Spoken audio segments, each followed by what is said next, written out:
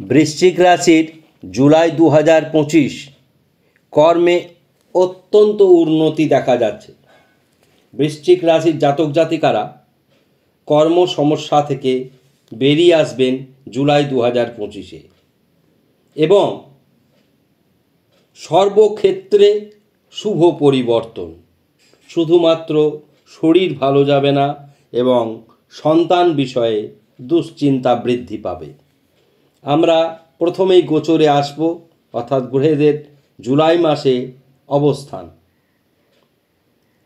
প্রথমেই বলবো,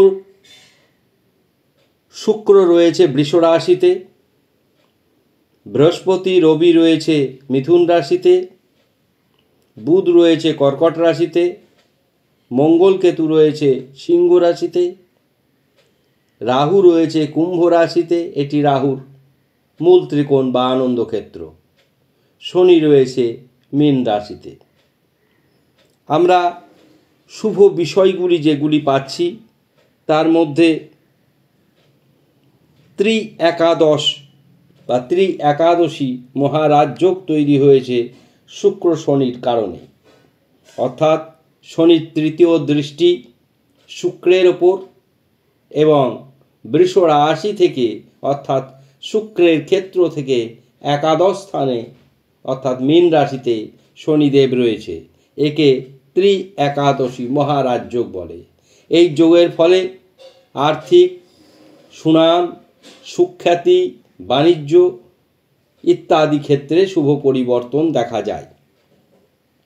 দ্বিতীয়ত, মিথুন রাশিতে রবি এবং বৃহস্পতি সমৃদ্ধি যোগ তৈরি করেছে। এটিও আর্থিক বিষয়কে সমৃদ্ধি করে। তৃতীয়ত, বৃহস্পতি উদিত হবে 9 জুলাই। বৃহস্পতির মতন শুভ গ্রহ উদিত হবে, অর্থাৎ বৃশ্চিক রাশির বন্ধু রাশি, বৃশ্চিক রাশির অধিপতি গ্রহ মঙ্গল। এই মঙ্গলের প্রিয় বন্ধু হচ্ছে বৃহস্পতি। রবিও বন্ধু এবং বৃহস্পতিও বন্ধু। রবির শুভ অবস্থান, বৃহস্পতির শুভ অবস্থান বৃশ্চিক রাশির জাতক জাতিকাকে আর্থিকভাবে বলবান করবে। আর একটি বিষয় রয়েছে, যেটি রাহু।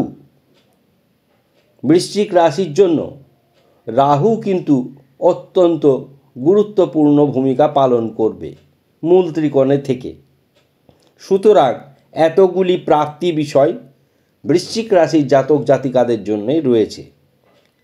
অশুভ বিষয়টি রয়েছে, দশম ক্ষেত্রে কেতু শুভ ফল দেয় আর্থিক ব্যাপারে, কর্মের ব্যাপারে, কিন্তু মঙ্গল কেতু শরীরের বিষয়ে শুভ ফল দান করবে না।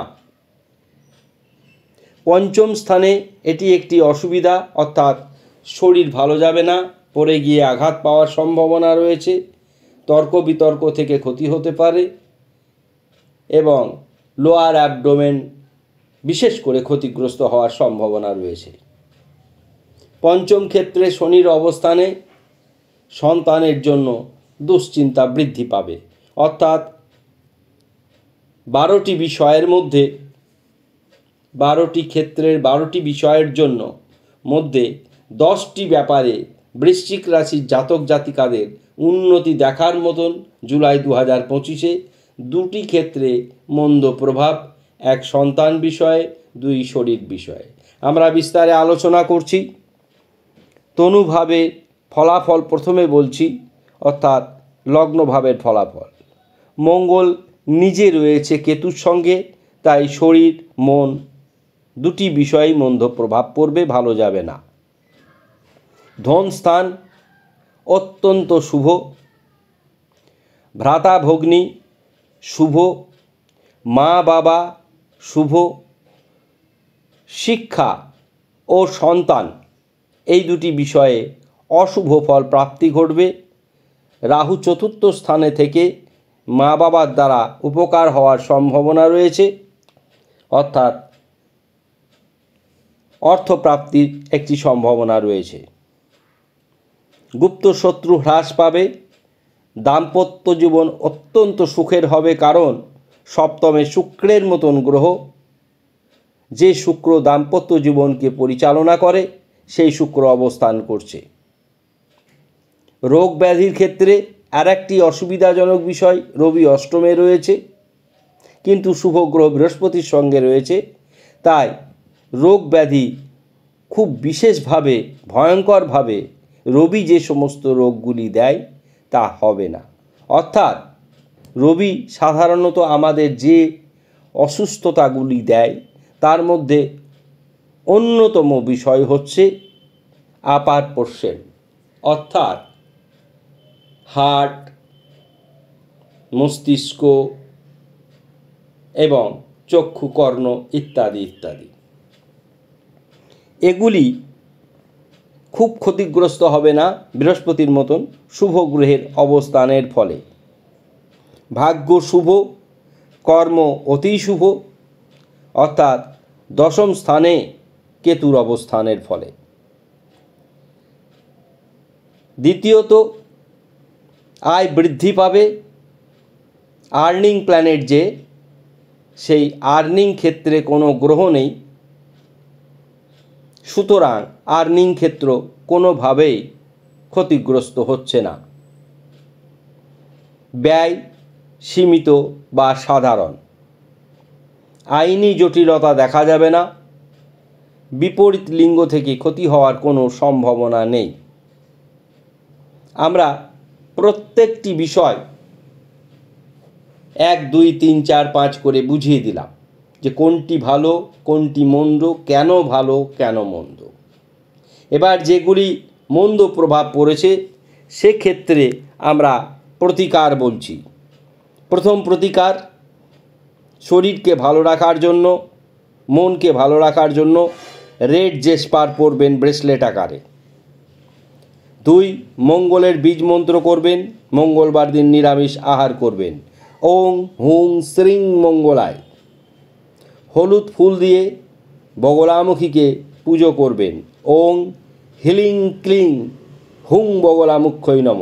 ওং হিলিং ক্লিং ওং বগলামুখ্যৌ নম বলতে পারেন। ওং হিলিং ক্লিং ওং বগলামুখ্যই নম। 4, একটি কাগজে প্রত্যেক দিন লাল পেন দিয়ে না 4টে 9 লিখবেন। 9, 9, 9, 9।